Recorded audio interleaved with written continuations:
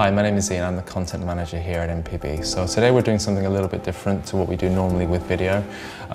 We're actually doing some camera tests, and what better way to start than to try to compare all of Canon's 5D series, from the 5D Mark I all the way to the 5D Mark IV. The one we have omitted from this test is the 5DS.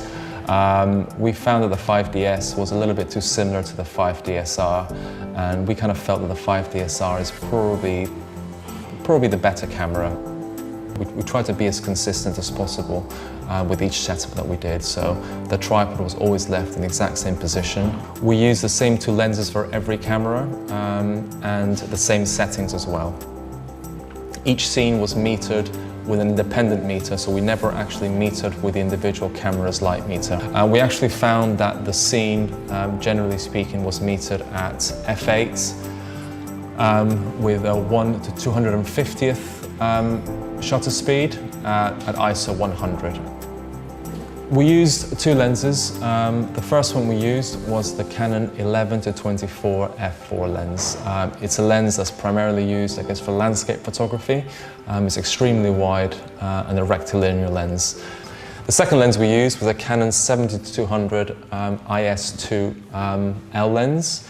Again, with this lens, it's a very, very different lens, the telephoto lens, and with that we zoomed in to the original image that we'd actually framed up with the 11 to 24, and we chose a very specific area due to its color and also its compression as well. So the first test, I should probably mention that we did make a slight mistake. Basically was with the 5D1, we actually shot the image at f4 rather than f8. So what I found with the 5D1, I was actually extremely surprised as to how well it rendered the scene. I actually found the colors to be quite punchy. I found the scene to be very pleasing to my eye, and I only really had to go back, or should I say forward, to other cameras to actually see the differences in the image. Comparatively to the 5D2, for example, you see the 5D2 has a little bit more color in terms of the blues on the left-hand side of the image. So if you look at the center of the image, you actually find that the 5D2 actually retains a lot more detail in the highlights. On the 5D2, I actually see a little bit more punchier colors as well in the greens on the right-hand side of the image near the tree.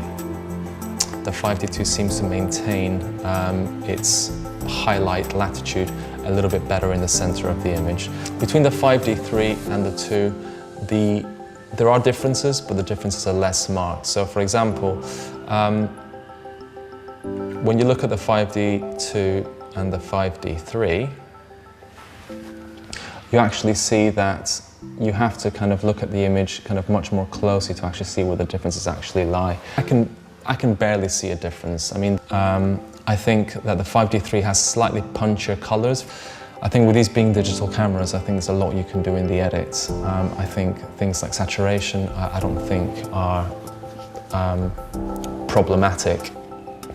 So we've touched upon the 5D1, 2 and the 3. And if we remember these cameras' releases, I think it was approximately 7 years separating them. Comparing the 5DSR to the rest of the images, there is quite a considerable difference. I think when you blow up the image, anything that was remotely soft in the corners with the other cameras is immediately much, much sharper. And that's, rendition in terms of colors is very similar to the other cameras, but I did see a noticeable difference in the sharpness, and certainly when you blow up to 100%. Similar in certain areas with the exception obviously of the resolution, but in terms of looking at both of these images from each camera at normal sizes, I actually see kind of a lot of similarities. However, if I really had to choose, I think I would choose the 5D4. I prefer the blues, the way they're rendered in this.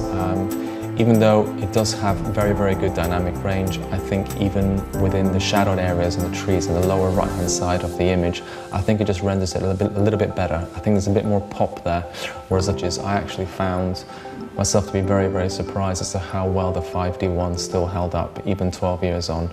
Obviously, imaging has come along leaps and bounds to the point that we're shooting the 5D4, and maybe this image is not really the one to highlight that.